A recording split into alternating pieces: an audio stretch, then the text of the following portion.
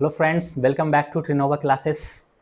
आज मैं फिर से आपके बायोलॉजी 10th क्लास का जो नेक्स्ट क्लास है वो लेकर आया हूँ। इससे पहले हम लोग बायोलॉजी के बहुत सारे वीडियोस बना चुके हैं। आप चाहें तो डिस्क्रिप्शन में इसका लिंक दे दिया जाएगा, आप लोग देख सकते हैं। हम लोग जहाँ तक डिस्कस किए थे उससे आगे हम लोग बात करते हैं। हम लोग पोषण की बात कर रहे थे, तो पोषण जिसके बारे में हम लोग पढ़े थे कि दो टाइप्स का होता है, दो तरह का पोषण होता है। एक होता है स्वपोषी और एक होता है विषमपोषी। स्वपोषी पोषण और विषमपोषी पोषण के बारे में बहुत डिटेल से हम लोग ने जाना था, बेहतरीन तरीके से। अगर आप चाहते हैं इसको और भी बेहतर से समझने के लिए तो आज तो हम इसको बताएंगे नहीं, इसके पिछले क्लास वाली वीडियो को आप देख लीजिए, पूरे डिटेल से समझ में आ जाएगा कि स्वपोषी और परपोषी यानी ऑटोट्रॉपिक न्यूट्रिशन और हेटरोट्रॉपिक न्यूट्रिशन में क्या डिफरेंस है, क्या फ़र्क है और कैसे खाना बनता है, किस तरह से खाना लेता है। तो ये डिफरेंस हम लोग इससे पहले देख चुके थे। आगे हम लोग स्लाइड थोड़ा सा बढ़ाएंगे और पढ़ेंगे हम लोग परपोषी के 3 टाइप्स के बारे में। परपोषी के 3 टाइप्स के बारे में, जिसमें पहला टाइप्स है मृतजीवी, जिसको सैप्रोफाइट्स बोलते हैं इंग्लिश में, सैप्रोफाइट्स मृतजीवी। दूसरा है पैरासाइटिक्स या पैरासाइट्स, जिसको बोला जाता है परजीवी। और तीसरा है होलोजोइक यानी कि प्राणी समपोषी या भोजी।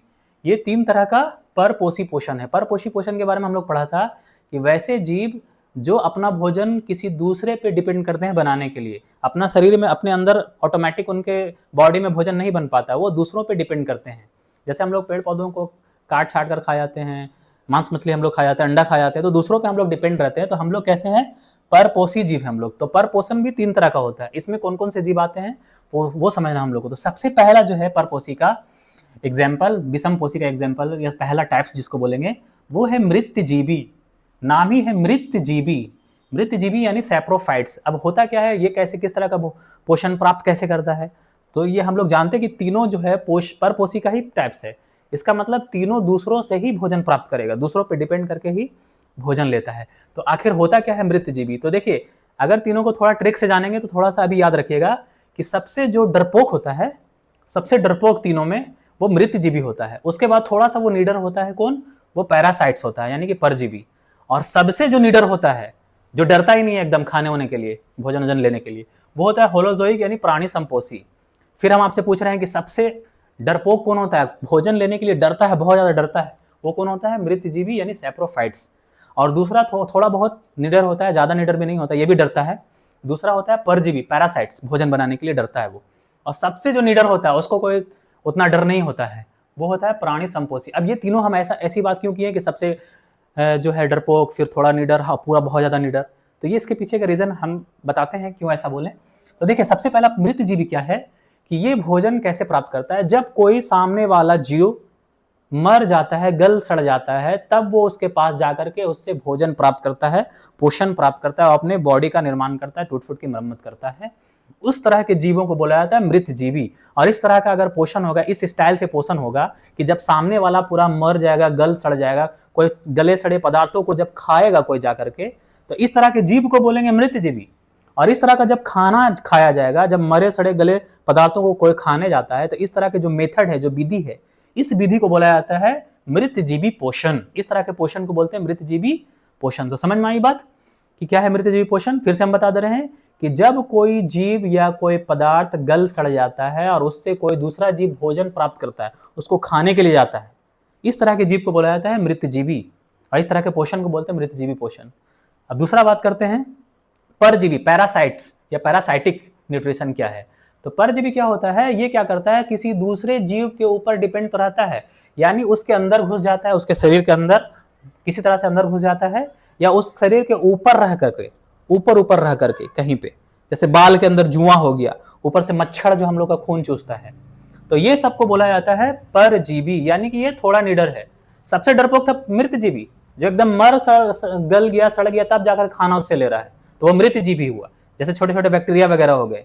और दूसरा है आपका परजीवी, पैरासाइट्स। ये क्या होता है? थोड़ा डरता है, जैसे मच्छर आता है, डरता है कहीं उसको मार ना दे, उसका फोटोकॉपी ना हो जाए हमारे शरीर में, तो ये इसको बोला जाएगा पैरासाइटिक यानी कि परजीवी। यानी कि भोजन कैसे प्राप्त करेगा वो? तो या तो किसी दूसरे के शरीर में अंदर घुसकर या उसके बाहर रहकर भोजन प्राप्त करता है। जैसे जुआ है, ये हमारे शरीर के ऊपर बाहर रहकर भोजन लेता है। जैसे मच्छर है, हमारे शरीर के ऊपर बाहर रहकर भोजन लेता है। कुछ जीव ऐसे होते हैं जो हमारे शरीर के अंदर रहकर हमारे नुकसान पहुंचाकर हमको नुकसान पहुंचाते हैं और अपना पोषण प्राप्त करते हैं। तो ऐसे जीवों को बोला जाता है परजीवी, और इस तरह के पोषण को बोलते हैं परजीवी पोषण।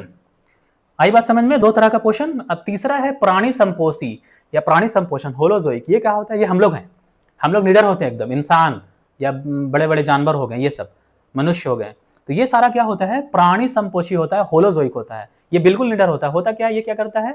किसी दूसरे जीव को मार कर खा जाता है उसको, जैसे पेड़ पौधों को काट कर खा जाता है ना, जानवर को ज़िबा करके खाया जाता है, अंडे को खाया जाता है। तो किसी जीव से डरता नहीं, वो उसके सामने जा करके उसको पकड़ के मार कर या कुछ मतलब उसको नुकसान पूरा पूरी पहुंचा करके खा जाता है। जैसे आप सांप को देखेंगे, सांप पूरा एकदम निगल ही जाता है मेढक वगैरह को। आप शेर को देखेंगे, हिरन को पूरा काट के खा जाता है। इंसान को देखेंगे, सब्जी भी काटता है, जानवरों को भी ज़िबा करके खाता है।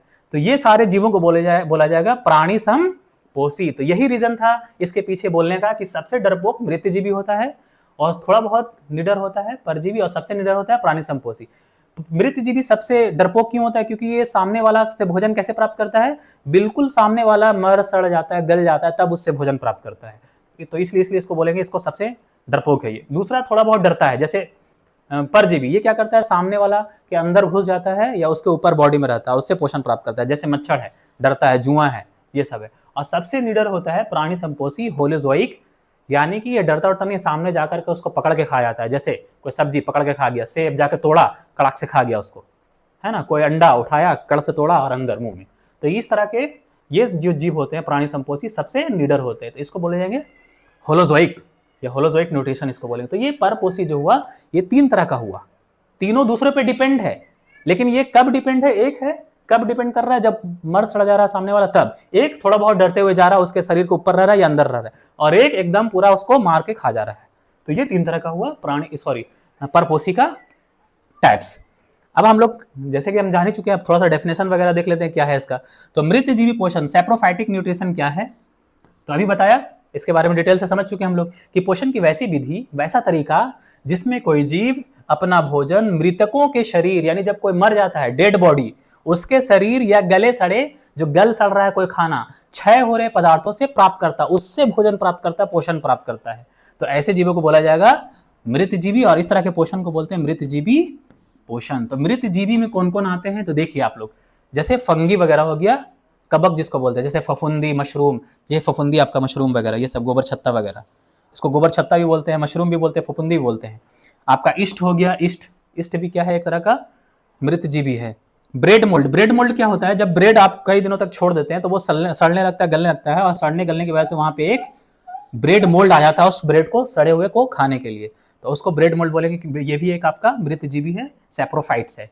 पेनिसिलियम भी होता है एक, ये भी सब क्या है? ये मृतजीवी का एग्जाम्पल है। अब आगे चलते हैं इसके बाद नेक्स्ट स्लाइड में। दूसरा का डेफिनेशन भी देख लेते हैं। ऐसे एक्चुअल तो हम लोग समझ चुके हैं क्या है तीनों। दूसरा है, गर्मी बहुत है, बहुत पसीने चल रहे हैं, बहुत गर्मी है। तो देखते हैं दूसरा, परजीवी पोषण, पैरासाइटिक न्यूट्रिशन। अब ये क्या होता है? ये तो हम समझ चुके हैं।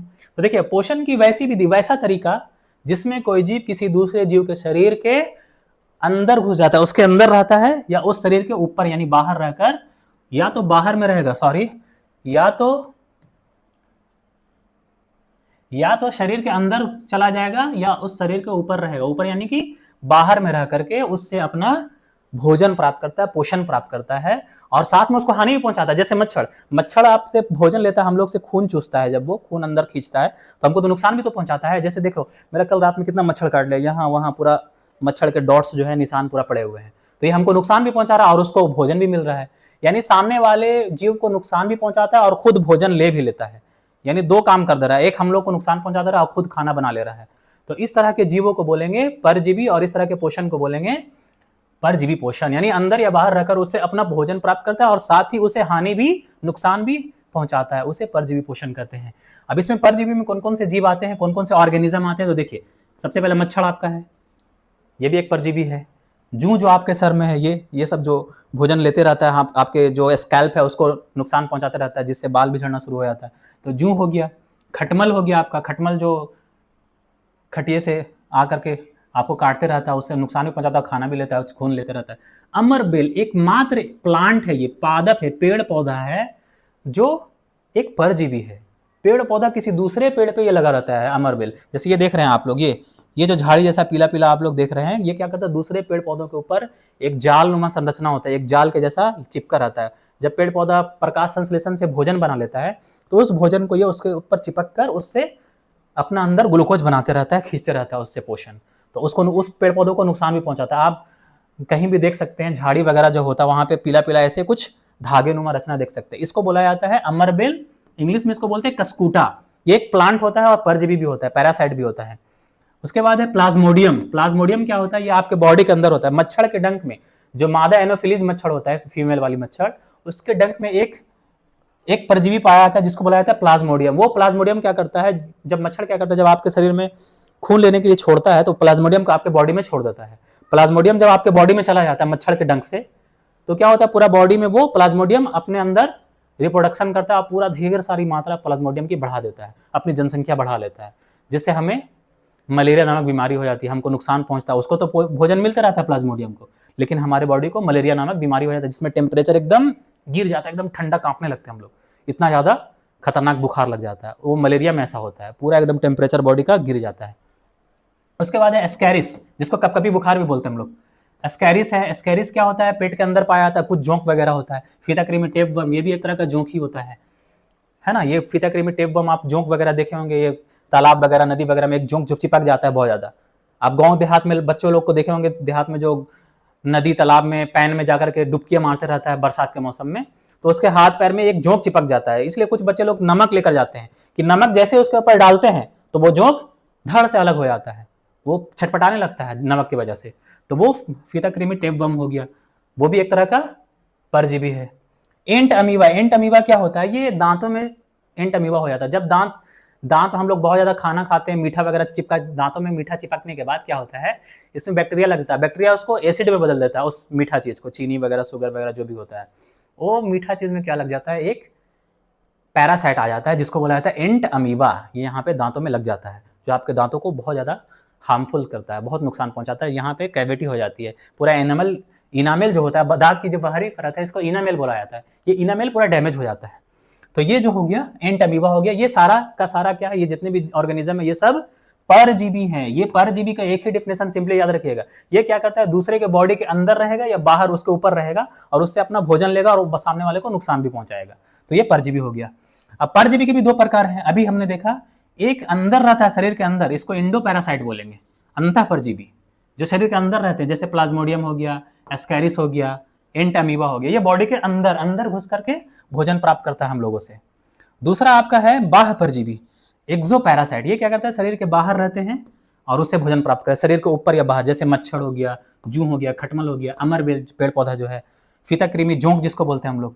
तो ये सारा का सारा क्या है, बाह्य परजीवी, ये शरीर के बाहर रह करके आपसे भोजन प्राप्त करेगा और आपको नुकसान भी पहुंचाएगा। तो ये दो तरह का परजीवी हो गया, एक इंडो पैरासाइट और एक एक्सो पैरासाइट। इंडो पैरासाइट में आपका प्लाज्मोडियम हो गया और एक्सो पैरासाइट में आपका मच्छर हो गया, बहुत सारा है। अब आप लोग से सवाल एक है कि बताइए सांप जो है, सांप ये कौन सा पैरासाइट है, एक्सो पैरासाइट है या इंडो पैरासाइट है या कुछ और है वो, इसके बारे में कमेंट करके जरूर से जरूर बताएं कि सांप आखिर कौन सा है पैरासाइट। ठीक है, अब अगली स्लाइड की बात करते हैं हम लोग। तीसरा जो है,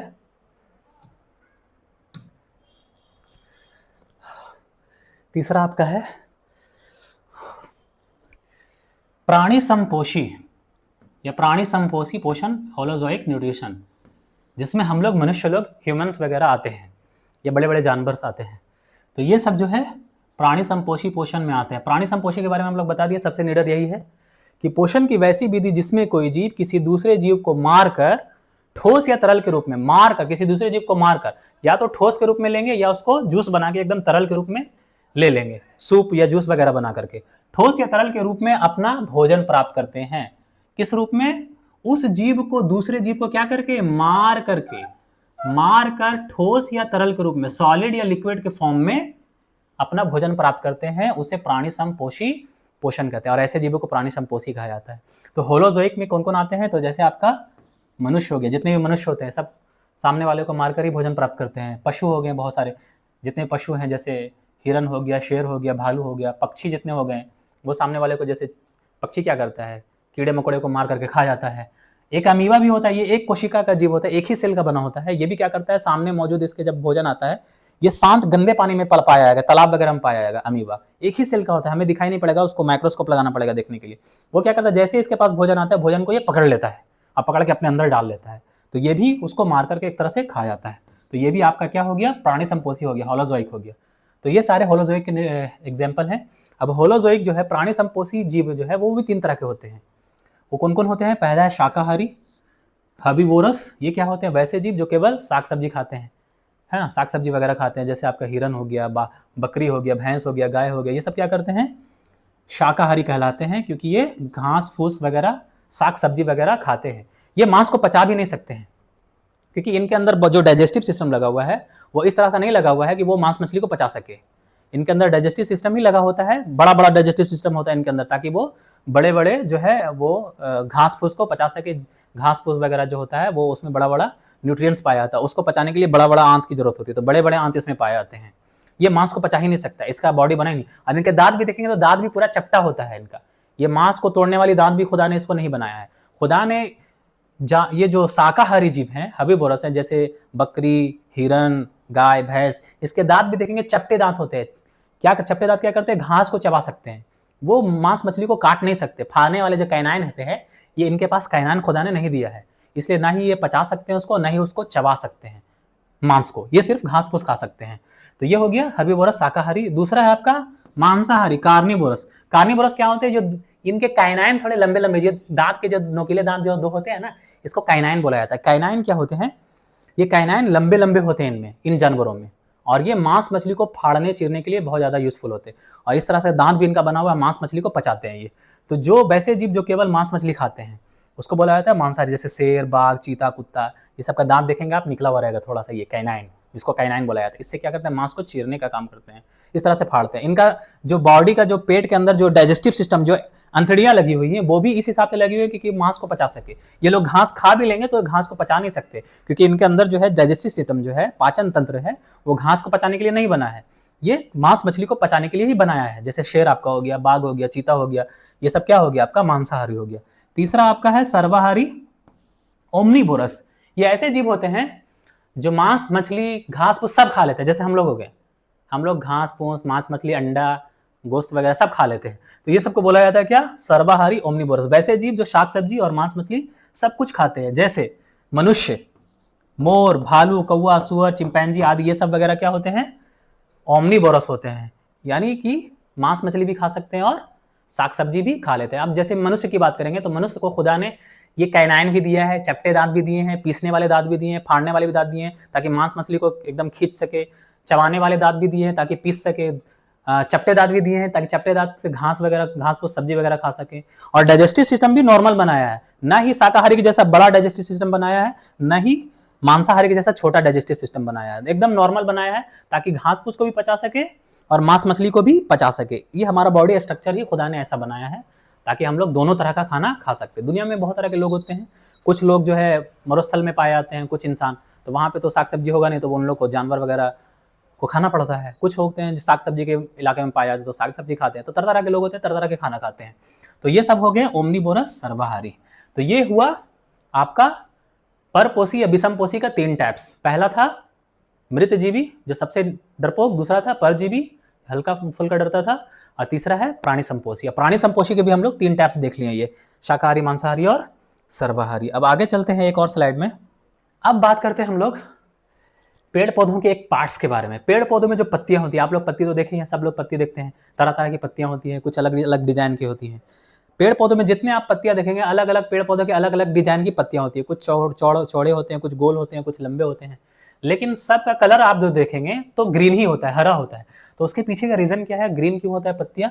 तो उसके पीछे का रीजन है एक क्लोरोप्लास्ट, जिसको इंग्लिश हिंदी में हरित लवक कहा जाता है। क्लोरोप्लास्ट ये एक पिगमेंट होता है जो कलर देता है पत्तियों को। एक पिगमेंट मतलब होता है कलर देने वाला, रंजक, कलर प्रोड्यूस करने वाला, देने वाला। तो ये होता है क्लोरोप्लास्ट। बॉडी के अंदर, पेड़ पौधों के अंदर पत्तियों में क्लोरोप्लास्ट पाया जाता है। अभी क्लोरोप्लास्ट है क्या, पत्तियों में हरे रंग की एक अंडाकार, ये जो आपको अंडाकार जो संरचना दिखाई दे रहा है, यही आपका क्लोरोप्लास्ट है। ये पत्ती के अंदर जब माइक्रोस्कोप लगाएंगे बढ़िया से तब दिखेगा आपको। तो अंडाकार संरचनाएं पाई जाती है जिसे हरित लवक कहते हैं। इसी क्लोरोप्लास्ट के अंदर एक क्लोरोफिल पाया जाता है।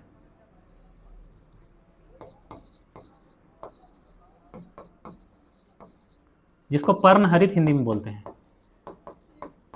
इसी के कारण पत्तियों का रंग जो है, पत्तियों का रंग हरा दिखाई पड़ता है। क्लोरोप्लास्ट के अंदर एक और रचना पाई जाती है जिसको क्लोरोफिल बोलते हैं, पर्णहरित बोलते हैं, जिसके कारण पत्ती ग्रीन दिखाई पड़ते हैं। तो ये इसके पीछे का रीजन है। इसे केवल इलेक्ट्रॉनिक माइक्रोस्कोप लगाएंगे पत्ती में तभी आपको दिखाई देगा। ऐसे आप देखेंगे कि कहाँ पे है अंडा जैसा रचना क्लोरोप्लास्ट, तो नहीं दिखाई देगा। उसके लिए इलेक्ट्रॉनिक माइक्रोस्कोप लगा के उसको साफ साफ बढ़िया से देखना पड़ता है। तो ये हो गया आपका इलेक्ट्रॉनिक माइक्रोस्कोप द्वारा ही देखा जा सकता है। अब क्लोरोफिल के बारे में बात करते हैं तो हरित लवक में पर्णहरित क्लोरोफिल पाया जाता है, इसके अंदर पाया जाता है क्लोरोफिल, जो एक हरे रंग का रंजक पिगमेंट होता है। इसी के कारण पत्तियों का रंग हरा दिखाई पड़ता है। यही रीजन है पत्तियों का रंग हरा दिखाई देने का। जो मुख्य तत्व जैसे क्लोरोफिल में मैग्नीशियम पाया जाता है। देखिए मैग्नीशियम जो है एक तत्व है जो कि क्लोरोफिल के अंदर पाया जाता है। ये आपसे सवाल पूछा जा सकता है कि बताइए पेड़ पौधों के पत्तियों में क्लोरोफिल के अंदर कौन सा एलिमेंट, कौन सा तत्व पाया जाता है, तो वो तत्व कौन सा है आपका, मैग्नीशियम है। इसके बाद हम लोग पढ़ेंगे फोटोसिंथेसिस यानी प्रकाश संश्लेषण के बारे में।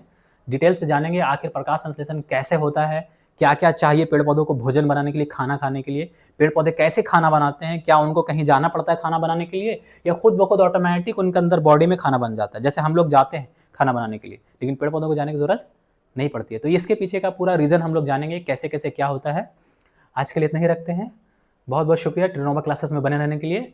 बहुत बहुत धन्यवाद। आप लोग चैनल को सब्सक्राइब कर लें, शेयर कर दें और कमेंट करके जरूर बताएं कैसा लगा और क्या किस टॉपिक पे आप वीडियो बनाने के लिए आप रिकमेंड करेंगे वो कमेंट करके बताएं। Thank you so much.